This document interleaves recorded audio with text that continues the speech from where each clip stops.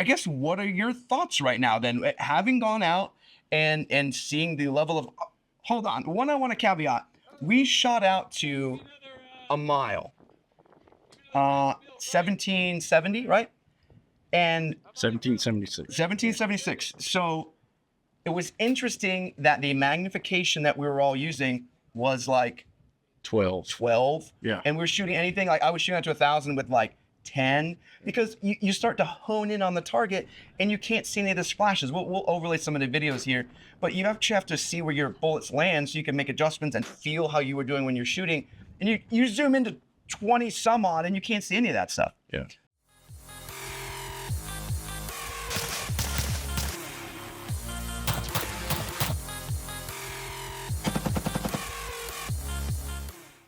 Hey Wizards, what's going on everybody?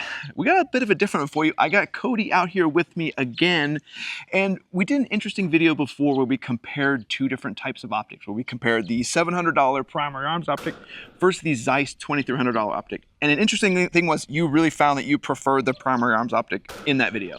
And that was just due to my inexperience with anything higher end. So kind of put my foot in my mouth and then something magic happened. So we're here, there was kind of the question came up of, what happens then, and we want to know the answer too, when you increase your skill level, do you kind of want a higher end scope? Do you want to have something that's more feature rich and see more value in that? So Zeiss actually reached out to us and said, hey, we got a class for you to attend. So we're out here at Heartland Precision, where we're going to come out and train in their LP1 course and kind of learn a whole lot more about what it means to shoot long range and what all these scopes do. So Cody, just kind of going into day one, we're going to do some classroom stuff first and then do some shooting. What are you hoping to learn from this class? And do you think something like this is going to change your mind? Yeah, I mean, obviously, if I understand the reticle more, I think it's going to benefit me in the long run. And you could easily change my mind on getting a more high-end scope with some more clutter in the reticle. Cody calls it clutter now, but maybe when we go out to shoot, he sees that all that stuff is super useful information. So we're going to go ahead and we're going to get set up for the night. And in the morning, we're going to go into class. We'll go into the classrooms portion. We'll share it all with you. We get a bunch of view through our scopes. You guys will learn a lot about what we learn, and we'll see if Cody changes his mind. All right, everybody. All right, stay tuned. During the classroom portion, Kenny went over several things for his long-range Precision 1 class, mainly body position, proper aim, breathing control, trigger squeeze, and follow-through. I think the big thing for me for body position was I'm used to the AR or the M4 style, off-canted, off the rifle, but one of Kenny's big fundamental pieces was being straight directly behind the rifle. And a thing that stuck out to me that he would say is ass and mass. So that stuck out to me, makes sense to me as far as recoil, getting on your follow-through shots. And the biggest thing Kenny's talking about with that is, having some additional mass behind the rifle, so you can actually control the recoil, not only be able to aim the shot, but then be able to control some of the follow-up shots. And I'll say too, we talked about this a lot during the Jawless Hog. We're learning a lot of the fundamentals, where I'm seeing some of the things that I did wrong, and not only what I'm doing wrong, but then the proper steps to correct them, how to get a proper cheek weld, how to actually sit behind the rifle. So that was kind of my favorite spot here so far is, we're going over a lot of the details. Some of the things I talk about with you guys a lot when we go over scopes, like how to do mill and MOA, and how to measure things like that on the scope. I talk about a lot of that, and I know a lot of that, but when we get into the pure fundamentals, I'm seeing like, hey, there's some basic things that I'm doing wrong. And I do want to touch on this. We were talking to Kenny a bunch about a class like this, where we're looking at this from a standpoint of, hey, does gaining extra skill, change your thoughts on scopes? This is where we're at with this. But it's interesting when we talk to Kenny about what his aim is with a class like this, having a range that goes out to a mile. Yeah, so Kenny's focus with this class is mainly for hunters. So he would basically bring a hunter into the lodge here, take them out to the range, scope them in or zero them in on a rifle, and then teach them some fundamentals that they may have not have had before. And that way that, this high-end rifle that they have is actually going to be a good tool. And same too in the military, we go and we train, and we're going to go run 2 miles. But, for the test, we're going to run 2 miles, but we're going to go train and run 4. So kind of the same thing. You're going to reach out and learn how to use those tools properly, learn how to use your equipment, instead of just buying all these things that then, you get out to the hunt and you realize you spent $10,000 on all these things. You spent all this money on all these hunts, and you don't really have a lot of the fundamentals and skills that you need. Or like, hey, I know I know where I can take a humane shot at. I can't shoot past 600. I know what my skill sets are there. I know what my skill sets are at 200. So it's interesting that a course like this is actually designed more for hunters and not necessarily precision shooters as you would kind of think. But now that we're going to go into the shooting part, which we're pretty excited about, we're going to go zero some stuff, learn all the stuff we've been doing wrong and learn how to correct it all, and see what we can do, go out the distance. So, all right, let's go do it. So when we first came out, we really just learned what our proper shooting positions were. Like Cody and I really went through the basics. They showed us how to sit down and actually lay down behind the rifle and what it means to have everything actually set to you. And I know one big thing we both noticed was, and some people get wrong, which seems really simple, is diopters, just getting in the right position. So it was cool to have an instructor to say, hey, you kind of had this right, you kind of had this wrong. For the rifles we were shooting, if you're wondering what they are, those are the B14 HMR Wilderness by Bergaros. So they came out here, we got to try those out.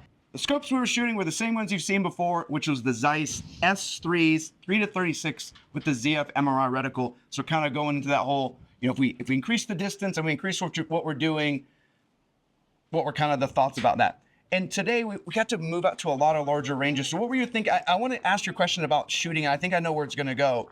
What were your thoughts just kind of going out to 1,000? Maybe we went out to a mile. We went out super far. So what were your thoughts just kind of working your way out from 100 all the way out to 1280? So with this, we actually were taught to put the inputs into the actual turrets. So I didn't even look at how noisy the reticle was at this point. So I'm dialing it into the turret, which I'm not used to doing, and then just putting the crosshairs on our target and hitting them, surprisingly. So a lot of fun. Now, something interesting, though, we always talk about the different types of shooting. We do a lot of holdover shooting, but this is a lot of point shooting or a point shooting style. Yeah. And I think where we're going to get into more of answering this question, I don't think it's a one-day answer. Do you increase your skill in one day to where you need a higher-end rifle? I think we don't know that yet. We need to go into more classes, and I think the LRP2 that they teach here at Heartland Precision Rifle goes into more of the holdover. Now, I'm walking down that long road. Did you have any issues, or did you find the turrets, when you were actually doing it, did you find that you wanted higher quality? Could you use a lower quality turret and be as confident? Yeah, the turrets, I didn't feel affected me much, but what I will say is having a good spotter. So here at Heartland Precision Rifle, the guys, the instructors are awesome. They were super easy and concise on making adjustments, so that made it super easy for me. Yeah, and I think that's a big part of it too. So I want to say big thanks to Heartland Precision Rifle for having us come out here. Big thanks to Zeiss for letting us come out. I guess what are your thoughts right now then, having gone out and seeing the level of, hold on, one I want to caveat, we shot out to a mile, 1770, right? And 1776. So it was interesting that the magnification that we were all using was like 12.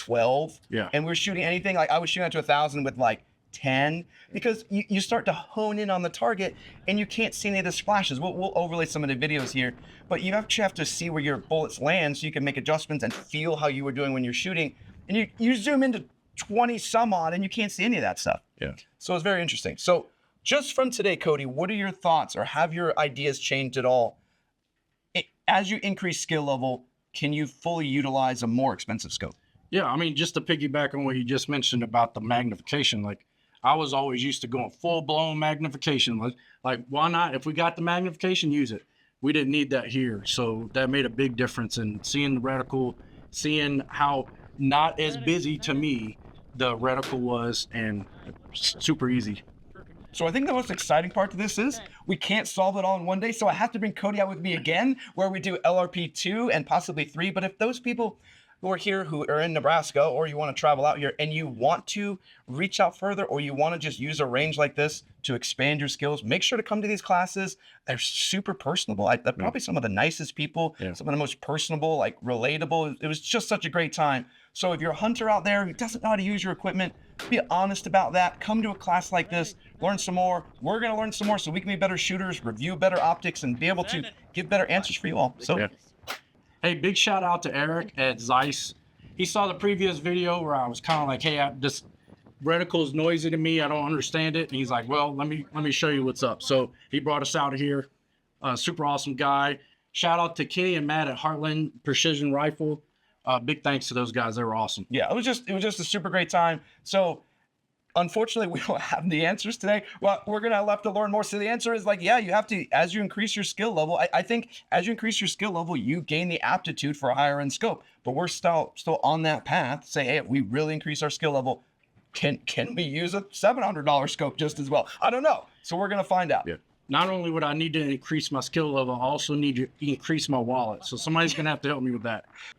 All right, so big thanks to everybody. Big thanks to Zeiss. Big thanks to Heartland Precision. It was just great to be out here. Thanks to all of our Patreon supporters and all our YouTube members. You guys make it possible. We can review all this stuff. And we're out here because we reviewed it before and nobody liked what we had to say. Yeah. I also want to say thanks to everyone that likes, comments, and subscribes. Comment down below what your thoughts are on probably the best balance of performance and budget of scopes that are out there. We want to hear about it. I also want to shout out Easton. He came out here, 12 years old, shooting a big boy rifle. He got it done. So awesome job, buddy. Yeah, he shot better than the two of us. All right, you guys get out of here. Take care. See ya.